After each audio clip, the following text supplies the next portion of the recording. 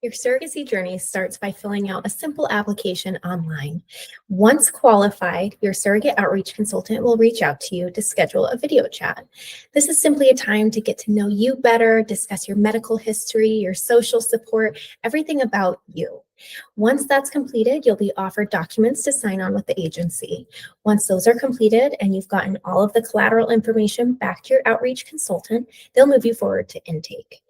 Intake's job is pulling your medical records, reviewing them thoroughly. They'll build your profile, which contains information from your questionnaire, photos you send, info from birth records. Once that's completed, they'll run background checks and send you forward to matching. Matching has the fun job. Matching is sharing your profile until there's interest from intended parents.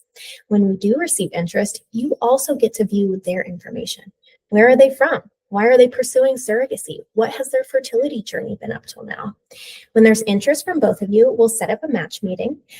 Both parties will be on the line with our match expert, having good conversation about what's important to you in this journey. What are they looking for? When we have a confirmed match, that is when our candidate will start psych eval and medical screening. Psychological evaluation is so simple. It's an hour phone call. You're not going anywhere. Medical screening, however, is the first of 2 times we do ask you to travel for this journey. Anytime I talk travel, though, I'm talking about going to the parent's IVF clinic, wherever that's located. And any expense associated with that, flights, hotels, gas reimbursement, meal reimbursement, it's covered. We don't want you worried about that during your journey.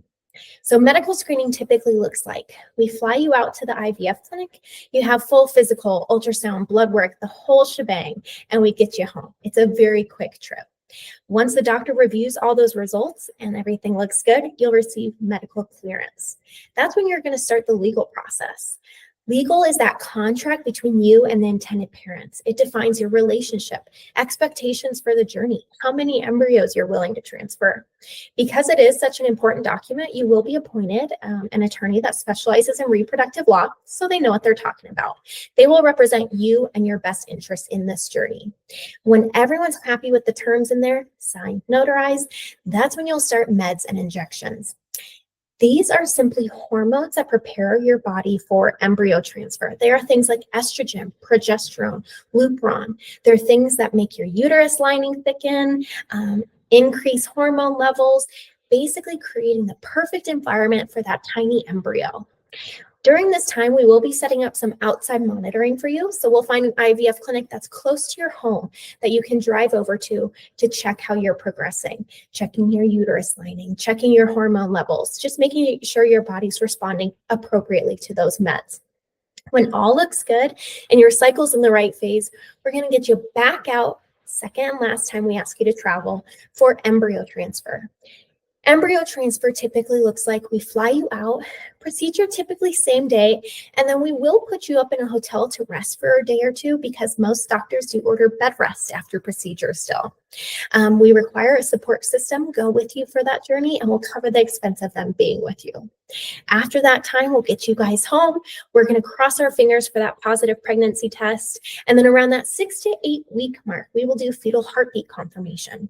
This is important because this is when your base compensation with the agency will kick in. And we'll touch on that in just a moment.